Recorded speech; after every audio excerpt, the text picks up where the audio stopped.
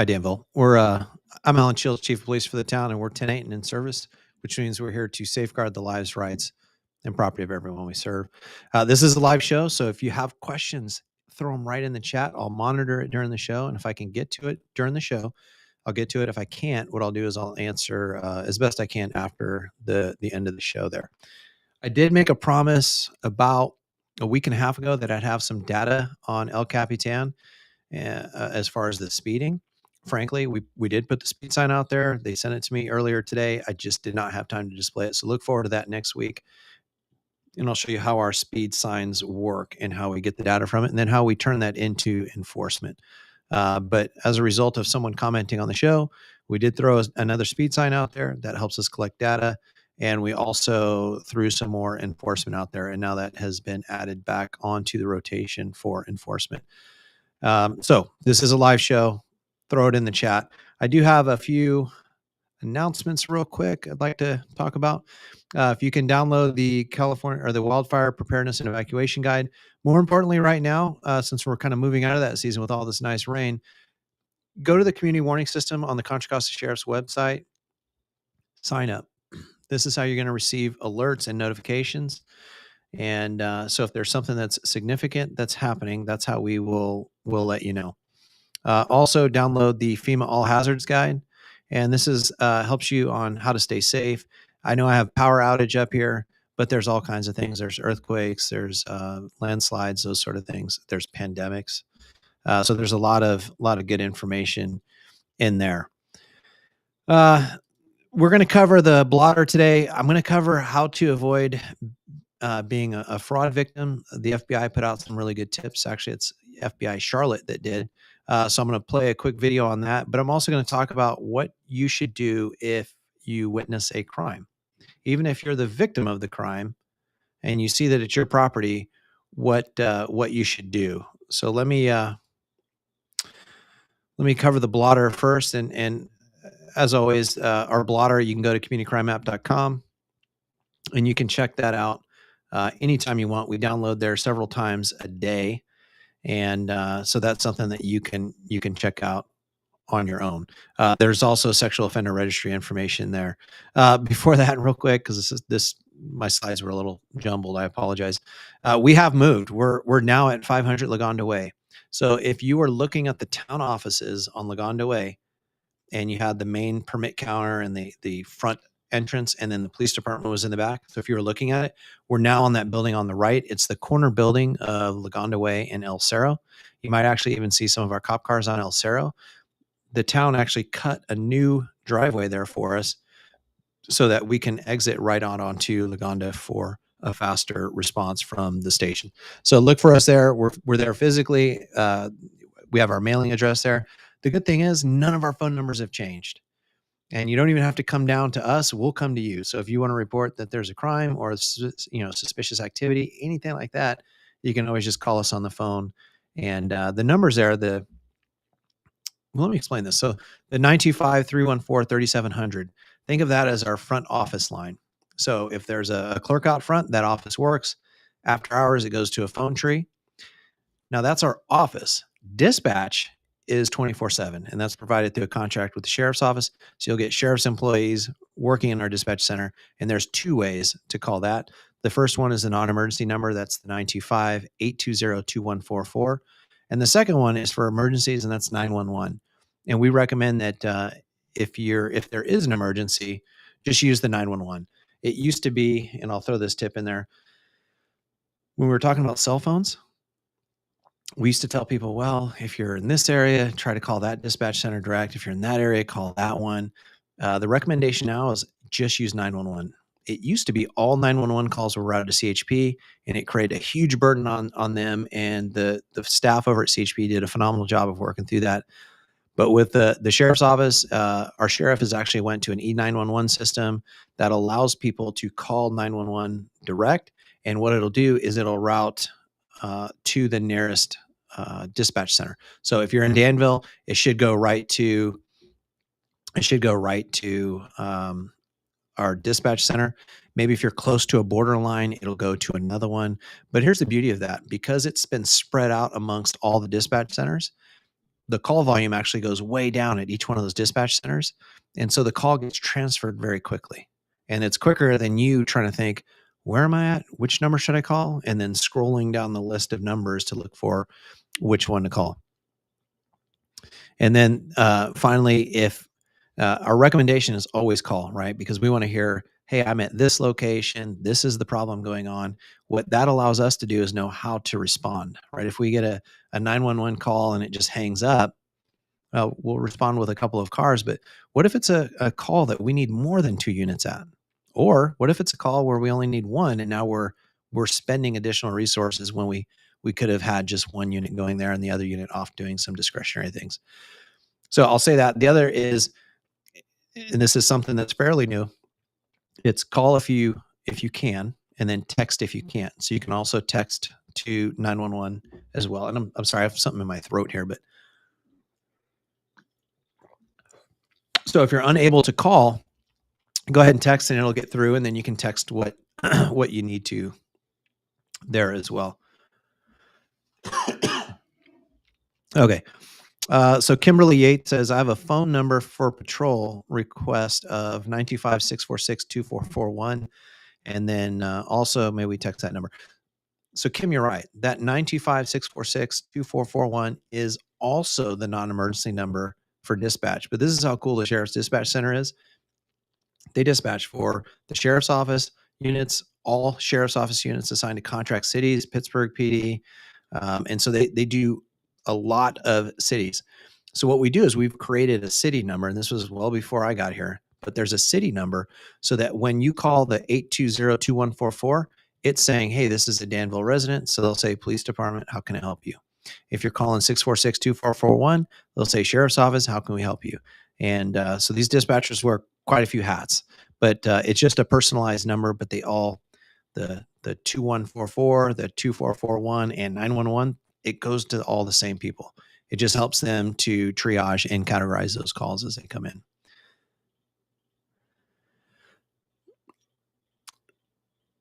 All right, I'm looking to see if there's anything else in the chat. And Kim says, beautiful sky this evening in Danville. I did catch a little bit of that outside the window, and you're right. I think our weather is playing in our favor a little bit. So we're doing good there. All right, let's go look at the blotter, because it wasn't a great week, not as bad as last week, but not great either. So we had two residential burglaries, which is a lot. We averaged 2 a month for all of last year. So we had 2 last week alone, 5 thefts, and then we had 2 hit and runs. So on the thefts, on October 31st, we had a report of a theft of registration tabs from a vehicle. On November 2nd, we had a shoplift at the CVS on San Ramon Valley Boulevard. On the 2nd, that's when we had 2 of our residential burglaries. One was on Willowview Court, and if you look at the top of the map there, that's going to be the items in purple. So on the 2nd, we had one on Willowview Court, and the second one was on the 200 block of Weber Lane. And you'll notice on the county side, there were 2 more. Those occurred in subsequent days. So in close time, but not on the same day as ours. And then we had a stolen license plate report on the 2nd, and that was an interesting one. That actually came in as a stolen vehicle. So imagine our automated license plate camera said, hey, there's a stolen vehicle coming into town. Our officers went, got behind the car, pulled them over, and determined that someone had stolen a car, taken the plate off the stolen car, and put it on this innocent victim's car and stole her plate in the process. So we stopped the car. We took the hot plates off the car, took a report for her having her stolen plates, and sent her on her way. In that just shows you that sometimes our stats can be a little inflated, because that's a call that probably that theft didn't occur in the town. But we take it as a courtesy, because the other one would be to send her home and have her do it. And it just doesn't make sense from a service delivery standpoint to do that. On the 5th, we had a catalytic converter that was stolen, 500 block of Diablo Road. Again, it was a Toyota Prius. And then on the 6th, we had theft of alcohol from Lucky's. We do have leads in that case. This is kind of leading into the next topic, is what to do if you're a witness to a crime. Not criticizing Lucky's at all. I think they actually did a fantastic job. And the big thing is they reported it. On the 1st, for our collisions, we had 2 hit and runs. and those look like they were more parking lot hit and runs than anything else. We had a property damage on the 200 block of Boone Court, that's over by the bowling alley, and then another one in the Costco parking lot. So again, it kind of drives home the point that if you are you're in a parking lot and you bump someone's car, or, cause damage to it, you cause an accident, it's important that you try to make every effort to contact the owner. You can leave a note, you can call us, we'll come out and help you identify the owner, but let's get that resolved right away and make sure that we cover that. All right, so what do you do if you've actually witnessed a crime or are witnessing a crime? Should you get involved? Should you, let's use a theft as the example. Because if you remember, it was this time last year, where we had 2 or 3 thefts that actually turned into robberies because there became a scuffle between the victims or the people in possession of the property. So store staff, residents, those sort of things, and the suspect. So once you take that theft and then there's violence, even if it's after the fact, when the theft has occurred, it can turn that theft into a robbery. That's a technical side. The important side is we don't want any of you to get hurt. We talk about, and you saw it in the Pelian principles, the people are the police are the people, meaning that all of us have this shared responsibility for public safety. I don't have any more responsibility than any one of you watching, right? But our roles in public safety, vastly different. And the expectation for all of you, absent defending your life of another, your personal body, all that, I get. But when it comes to property, what we recommend is be a good witness, call us, be very descriptive, try to get good descriptions of the people, the vehicles, the license plates, all of that stuff. And then let us do the heavy lifting. Let us be the tip of that spear, the point that actually goes out and makes contact with people and attempts to get the property back. We have a lot of training in this. This is something that we are very good at. And frankly, a lot of times if we see something, we may call and say, okay, we want to make sure that tactically we're at an advantage when we take this situation on. So we're going to use our resources wisely. And that's one of the reasons we love our automated license plate camera system, is it alerts us that someone's in town about to do wrong, or maybe they're in a stolen car, they're wanted for something. And instead of being surprised and thrust into an environment, we can actually respond with appropriate resources to hopefully resolve it without any issues. And that's our goal. So when it comes to being a good witness, what we'd ask you to do is don't get involved, no pushing, shoving matches. Actually, in the Lucky's case, it was pretty awesome. One of the employees went out, wrote down the license plate number. Now we've got a great lead in that case. And when you start matching up pictures from inside the store to pictures, you can, from an investigation standpoint, we can really take that a long way. So kudos to the witness in this case. It actually gives us something to go on and follow up with. All right. So I'm going to kind of pivot. Actually, let me check the comments real quick, but I'm going to pivot over to fraud, because we continue to see, and it's one of our most prevalent crimes. It's the advanced fee scams. It's any of those scams where they pretend to be a legitimate source, create a sense of urgency to try to get you to give up your money. Aloha. So over a week, Laurel, you're in. Okay. All right. I'm just going to be mentally there with you, because that's good. Lou, appreciate it. New digs. Yeah, we hung the TV, so that's good.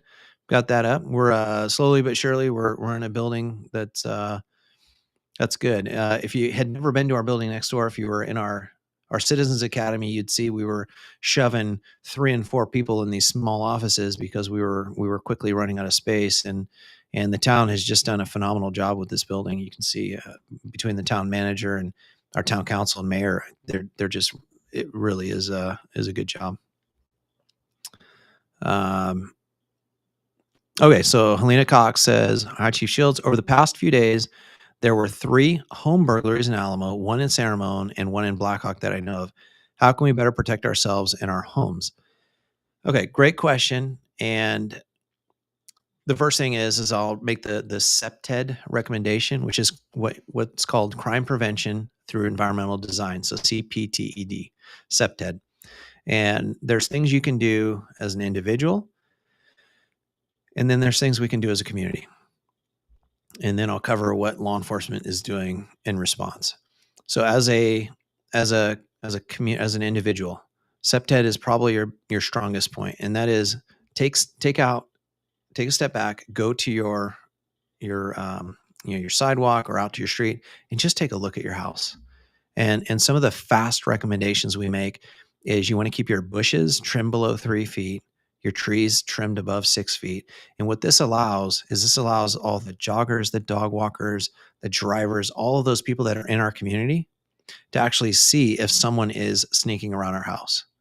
If it's nighttime, we want to have motion lights. We always recommend cameras. Cameras provide us great leads. A lot of our residential burglaries that we're able to solve, frankly, the tip is that there was a camera, either yours or your neighbor's, that caught some of the action as it was taking place. That gives us a time, that gives us a vehicle description. We take that vehicle description, we put it into our automated license plate camera system, and often it generates a strong lead for us, something that we can actually follow up on. What your police department does if the crime occurs is we go through and we do take these serious. If a detective is on duty at the time, they'll respond to that residential burglary. But our officers, frankly, are well trained in this. Many of our officers have been detectives in the past. They'll go out, and if there is something we can do to solve that crime, so in other words, if we can swab for DNA, if we can collect for DNA, if there's an area canvas that we can do to maybe collect photos, videos, anything that we might be able to collect, we're going to do that. On the SEPTED side, though, if you were to think about my house, I live over by Osage here in town.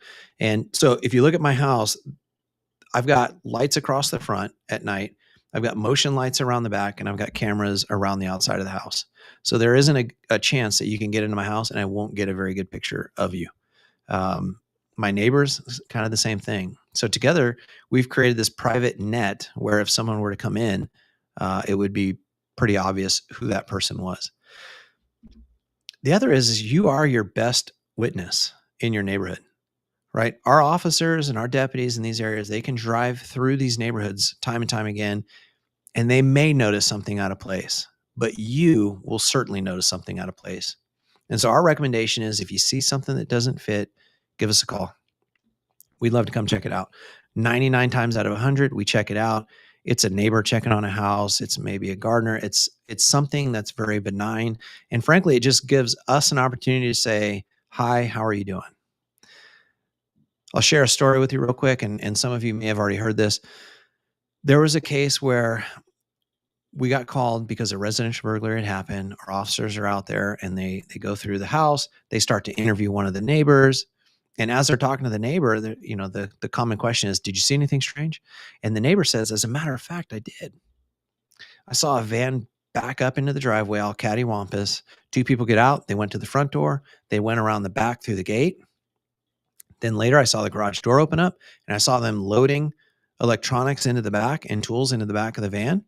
And then they closed the garage door, running underneath the garage door, and then they fled in the van. And our officer was like, that's pretty suspicious. How come you didn't say anything to us? And he said he thought there was a reasonable explanation for it. He thought maybe they were helping him move some things or they were known. And frankly, that is the pattern of someone that's breaking into your house. They're going to either park nearby, maybe even in the driveway, maybe knock on the front door, kick open a back door if they don't hear a knock. Okay. So what do you do if someone is knocking on your door in your home? How do you prevent that burglary from happening? We always recommend at least acknowledge the person at the door. You never have to open your door. You never have to do anything unsafe, but at least acknowledge the person, let them know that you're there. If you don't want them there, just say, no, thank you, please leave. If they continue and persist, no, thank you, please leave, or I'll call the police. Give them a third shot. No, thank you. Please leave. I am calling the police. And then actually call us out there and say, look, I've asked this person 3 times to leave. They've refused to leave. Please come out, and we'll come out. We did have one case where a lady with her young child, middle of the day, heard a knock on the door. This is several years back now. Heard a knock on the door, didn't answer it because she looked out the window, didn't recognize the person, and instead tended to her baby, went back, put the baby down, fed him, was doing the mom stuff that moms do during the day. Well, later on, we actually catch the person because he broke into another garage and a witness had reported seeing him. Well, we find a wallet. And when we go to this lady's house, we're like, hey, is this your wallet? She's like, yeah, it's in my purse. She goes to her back door, realizes that her back door has been open and the purse that was right near the back door had been rifled through. So this person went into the home while she was there. So that's pretty scary. So he knocks on the door looking to see if somebody's home. It appears nobody's home. And he went around the back and went into the house. So we always recommend at least acknowledge the person at the door. With that, so I've given some septed hints. As far as the police, what we do, we try to vigorously investigate each one of these. Our detectives go out. We try to anything that we can do from a technical standpoint, we are going to try to do. But we do need your help in following up. We also work with our regional partners, so we're on these networks where we're connected with other agencies so that we can know who may be doing these burglaries.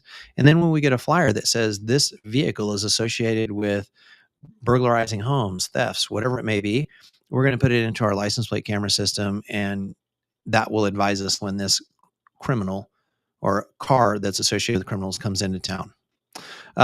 So how about this? Let me ask all of you, what do you do to prevent your home from being burglarized? What do you have in place that would, from appearance, as someone that's walking by, would make it look like that's not the home I want to break into?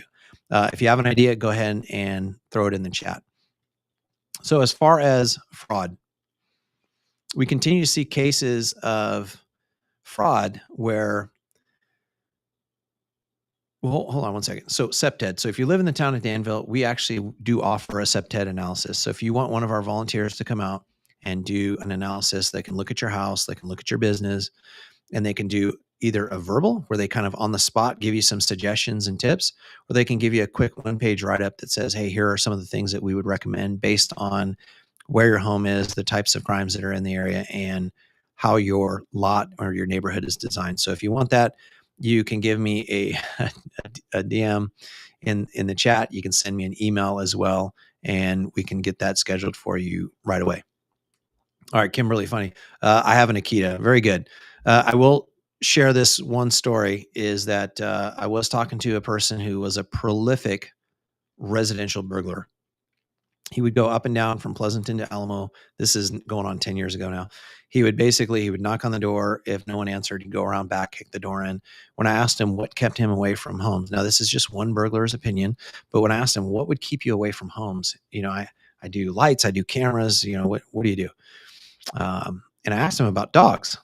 And he said, to be honest with you, most people, especially in the central county area, this Tri-Valley area, most people have dogs as pets and they want them friendly. They want them to be good around kids and good around their neighbors. And so they don't breed them to be suspicious and violent. They don't breed them in that way. So what he found was most of the time he would kick the door, go in. If the dog was there, the dog would actually be fairly nice. But he did say, and this is just his perspective, that when he saw a camera, not only did he stay away from that house, but he would stay away from that neighborhood because he knew if he went right next door, broke into their house, that he would have been on that camera. So he would stay away. Dog that sits in the window and always barks. I do happen to think that when we have a dog too, and when our dog barks at someone that comes by, he's usually pretty accurate. He at least alerts us that someone's there and allows us to take reasonable steps to protect ourselves. So dogs definitely play a role. All right. On to fraud.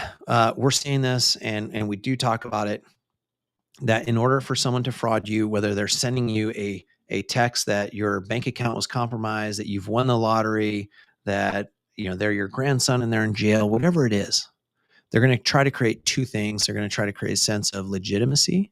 So in other words, they may pretend to be us. And if you remember from a couple of weeks ago, I actually played one where the person was leaving voicemails saying they were our investigation sergeant and that there would be a warrant for your arrest if you didn't comply. And what he was trying to do is get people to send him money. So we're seeing that. We see it with banks where people will say your bank is compromised. I'm getting them saying your package fees weren't paid. You need to pay your fees in order to get your package. In fact, how about this? If you have one that you've received recently, list what it is. List who they pretended to be. Did they pretend to be the UPS? Did they pretend to be the police? Did they pretend to be your bank? I keep getting requests to update my Netflix subscription. I don't have a Netflix subscription, so there's that. But if you think about it from a probability standpoint, how many people have Netflix subscriptions? Probably a lot.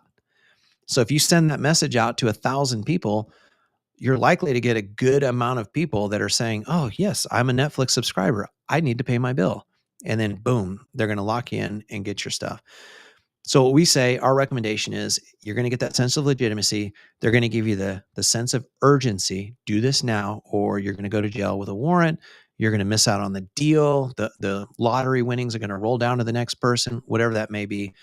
But there's a pretty good video I found because I was looking for some tips from the FBI, and they had a series of videos. And then when you know it, a radio or a television station in Charlotte, North Carolina, actually kind of did a quick 1-minute video. So I'm going to play this. It's fair use. It's for educational purposes only. And I think they do a good job of encapsulating some of the good tips. FBI Charlotte is dropping a list of red flags to help you pick up easily on scams. Yeah, it's part of their new public awareness message. Scams change, red flags don't.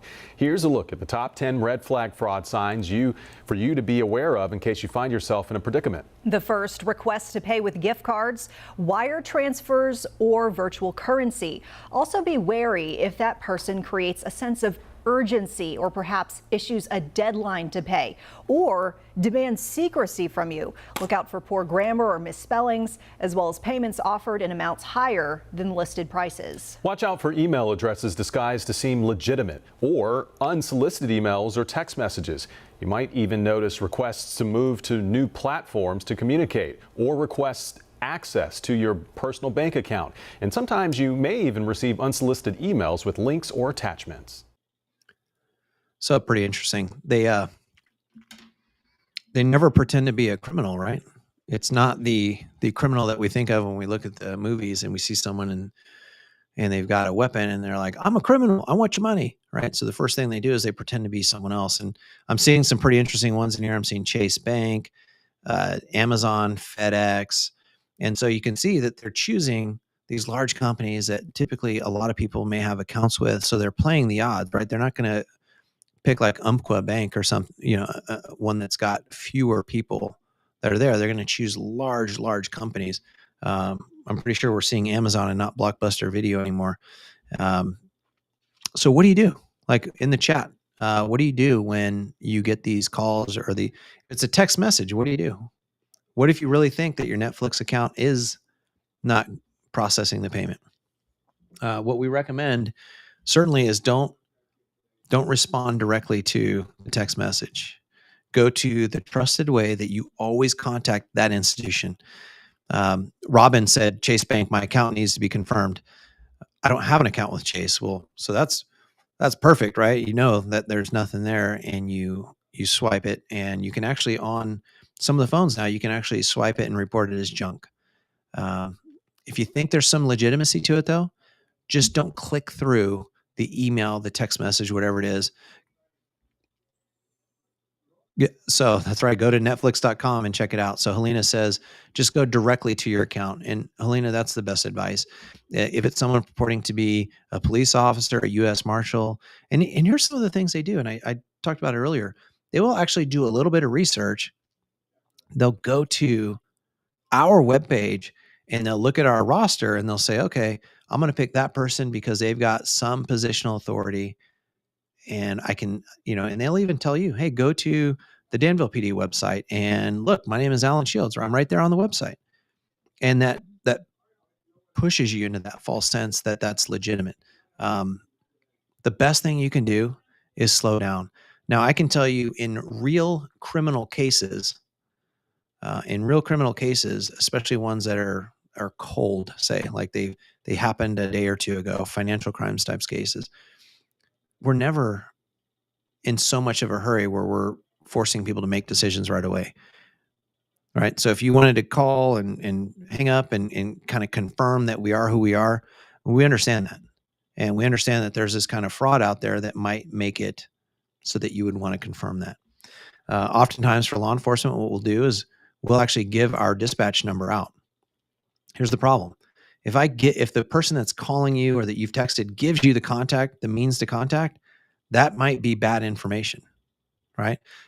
We've even seen it where I may contact you and say, hey, I'm from the bank. There's a problem with your account. Oh, and by the way, it's criminal. I'm going to have the police call you. I'm going to have the marshals call you, whoever it may be. And they're going to call. And now you've got the bank, you've got the cops or the marshals are calling you, and it all seems pretty legitimate. And it's sad, but it's actually pretty easy to fall for this. And the reason we do is because we're good people, right? We care about not missing payments and the integrity of our accounts. And we care about those things. And so don't take the bait. And I do like the saying from the FBI that, the technology devices, right? I would have never said I got frauded on a text message 15 years ago because we're getting limited text messages, right? So the means that they use, the technology may change, but all the red flags are always the same. And the big two are legitimacy and urgency. They're going to create those two things. Jody says, what about the Zelle scammers on Facebook Marketplace? It happens so frequently. Jody, you're right. And we do see that quite a bit. And in fact, there was someone that was made a transaction. The transaction itself was legitimate. The item they sold was not legitimate. And they purported to be something that was. That's a theft by false pretense. If you sell, a box that says iPhone on it and I get it and it's a box with a brick in it, that's a crime. And so what we would say is, really take care. If it's something of value to you that you're not willing to lose, then really make sure that you're following a good transaction process that ensures that you're not going to be victimized. Or if it's of such low value, like sometimes I sell like a bicycle and I'll just leave it out front and just say, come pick it up. And then when you get it, give me the money. But if that bike were to walk away, it's of such low value to me that it wouldn't be a big deal. Our problem is we're seeing it with things that are $15,000 and $20,000. And we would ask you to use good processes on how you transfer that property and collect money. All right. So that is what I have for the show. And let me do this too. If you're watching live or you're watching later, we're going to roll into a couple of series as we run into the winter. We're going to start talking about holiday scams. We're going to talk about wet weather driving, those sort of things. But if you have a suggestion for what you would like discussed in Final Thought, let us know. We tend to let our blotter kind of drive us. We try to stay up on the trends. So if we're getting a lot of catalytic converter thefts, we're going to push that. If we're getting a lot of fraud where people are giving their money away based on false pretenses, we're going to want to make sure we're covering that. But if you have a suggestion or an idea, please let us know. Next week, we are going to talk about our speed sign again on El Capitan. That was a viewer request. So let us know and we'll make sure to cover it. As always, go ahead and download the Wildfire Preparedness Guide and make sure you sign up for our community warning system. Also download the FEMA All Hazards Guide. And we would recommend making sure that you sign up for Nixle. We don't plug it all the time because we've got good saturation. Most people know about it. But if you don't know about Nixle, it's the way to get messages from us. If there's a power line down, if there's a bad accident that's backing up traffic, we're going to let you know. If it's local, we're going to let you know on this. And that's, you just send your zip code to 888-777-888-777 on a text message. So instead of putting the person's name up at the top, in the two column, you just put 888-777. You put it actually as many zip codes as you want. So you can put all of Danville, San Ramon, Walnut Creek, wherever you want, and you'll get alerts for those areas. All right. It looks like there are no more questions in here. So with that, we're going to go 10-10, which means we're off duty, but we're always 10-8 in service to all of you. Have a good night, Danville.